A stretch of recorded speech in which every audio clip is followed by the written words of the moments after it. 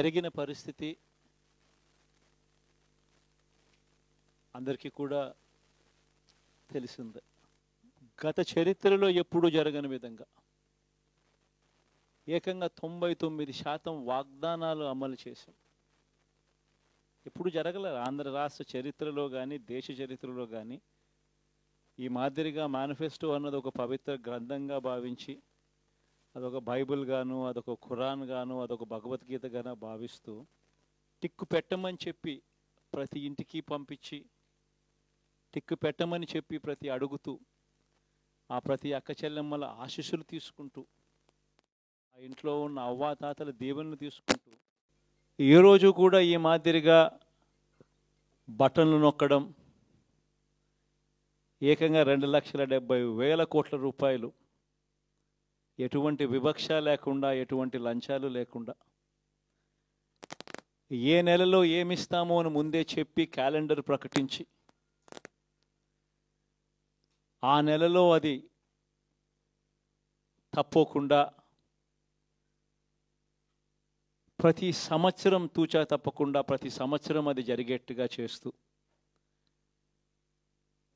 ఏకంగా 2,70,000 కోట్ల రూపాయల వివిధ పథకాల ద్వారా మాట తప్పకుండా జరగడం కూడా గతంలో ఎప్పుడూ కూడా చూడలేదు, జరగలేదు.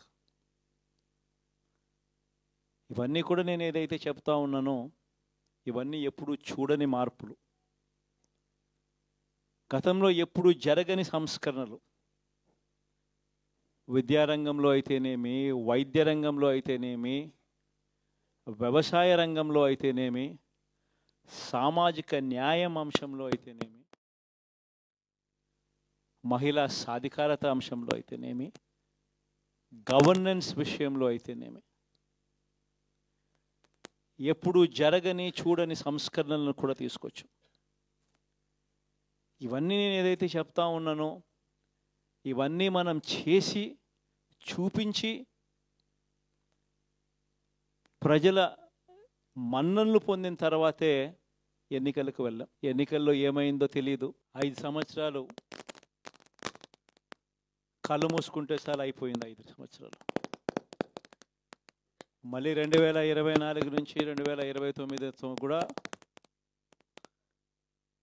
అదే మాదిరిగానే కళ్ళు మూసుకుంటే 2029 కూడా కళ్ళు మూసుకుంటే వచ్చేస్తుంది. ఇవి మనం గుర్తుపెట్టుకోవాల్సిన అంశం ఏమిటి అని అంటే సినిమాలో ఓన్లీ ఫస్ట్ హాఫ్ మాత్రమే అయ్యింది. గతంలో కూడా ఇదే మాదిరిగా పరిస్థితులు ఉన్నప్పుడు కూడా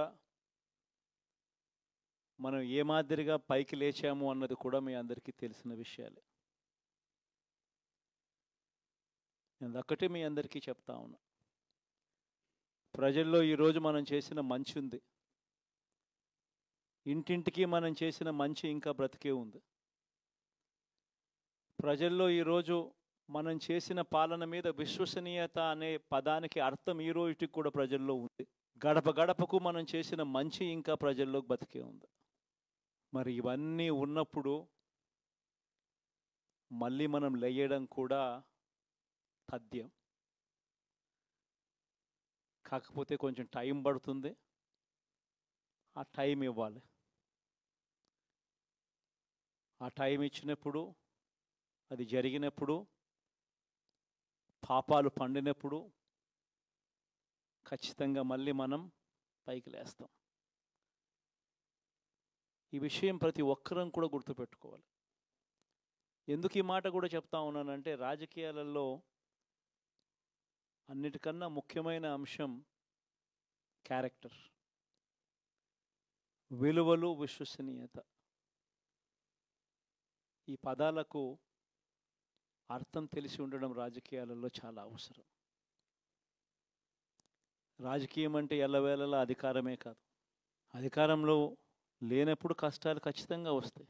కానీ ఖచ్చితంగా కష్టాలు వచ్చినప్పుడు మనం ఖచ్చితంగా ఏ రకంగా రియాక్ట్ అవుతామన్నది మన చేతుల్లో ఉంది. విలువలు, విశ్వసనీయత లేని మనిషిగా రాజకీయాలు చేద్దామా, లేదా కష్టాలు వచ్చినప్పుడు ఆ కష్టాలను ఎదుర్కొని హుందాగా నిలబడుతూ మళ్ళీ 5 సంవత్సరాలు కళ్ళు మూసుకుంటే 5 సంవత్సరాలు అయిపోతాయి, మళ్ళీ 5 సంవత్సరాల తర్వాత మన పాలన వస్తుంది, మన ప్రభుత్వం వస్తుంది, అప్పుడు మళ్ళీ మనమే ఆందోళన ఎక్కుతామన్నది కూడా గుర్తుపెట్టుకొని అడుగులు వేస్తామా అన్నది మనలో ప్రతి ఒక్కరూ కూడా ఆలోచన చేసుకోవాలి. ఇదే మన ప్రభుత్వం అధికారంలో ఉన్నప్పుడు కులం చూడలేదు, మతం చూడలేదు, ప్రాంతం చూడలేదు, రాజకీయాలు చూడలేదు. చివరికి ఏ పార్టీకి ఎవరు ఓటు వేశారు అన్నది కూడా చూడకుండా ప్రతి పథకము కూడా డోర్ డెలివరీ చేయించాం మనం. అర్హత మాత్రమే ప్రామాణికంగా తీసుకుని ప్రతి పథకము, ప్రతి మంచి కూడా ప్రతి ఇంటికి డోర్ డెలివరీ చేయించాం. అలా ప్రతి మంచి, ప్రతి పథకము డోర్ డెలివరీ చేసిన ప్రభుత్వం మనదైతే, పాలన మందైతే, ఈరోజు కేవలం వాళ్ళ పార్టీకి ఓటు వేయలేదు అని మాత్రమే, ఓటుకు వేయకపోవడమే పాపం అన్నట్టుగా ఈరోజు రావణ కాష్టం సృష్టిస్తూ ఉన్నారు, విధ్వంసం చేస్తూ ఉన్నారు, ఆస్తులు నష్టం చేస్తున్నారు, కొడతా ఉన్నారు, అవమానిస్తూ ఉన్నారు. ఇవన్నీ శిశుపాలుని పాపాల్లో భాగాలుగా ఇవన్నీ అప్పుడే పాపాలు మొదలయ్యాయి. ఒకవైపున మనమేమో మనకు ఓటు వేయకపోయినా కానీ ఏ రోజు కూడా డిస్క్రిమినేషన్ చూడలేదు. అటువంటి వాళ్లకు కూడా మనం డోర్ డెలివరీ చేసిన ప్రభుత్వం పాలన మందైతే, ఈరోజు కేవలం ఓటు వేయలేదన్న ఒకే ఒక కారణంతో ఏకంగా కొడతా ఉన్న పాలన వీళ్ళది. ఈ పాపం ఊరికే పోదు. రెండవ పాపం చంద్రబాబుది కూడా అప్పుడే పండింది. బహుశా కేంద్రం ఈ రకమైన కేంద్రంలో ఈ రకమైన పరిస్థితులు బహుశా ఎప్పుడు ఉండిండవేమో. ఈ రకంగా కేంద్రంలో 240 ఎంపీలు మాత్రమే వచ్చిన పరిస్థితులు, రాష్ట్రంలో ఏకంగా వీళ్ళకు కూడా ఈ మాదిరిగా మంచి నెంబర్లు వచ్చిన పరిస్థితులు, ఎన్డీఏలో మళ్ళీ చక్రం తిప్పుతా ఉన్న పరిస్థితులు. ఇలాంటి పరిస్థితుల్లో కూడా ప్రత్యేక హోదాను అడక్కపోవడం చంద్రబాబు చేసిన మరో పాపానికి కూడా మరో నాంది. ఇలాంటి పరిస్థితుల్లో కూడా ప్రత్యేక హోదా మనం అడిగి తెచ్చుకోలేకపోతే రాష్ట్రంలో ఏ ఒక్క యువకుడు కూడా క్షమించడు చంద్రబాబు నాయుడు. మనం కొంచెం ఈ పాపాలు పండేదాకా మనం గట్టిగా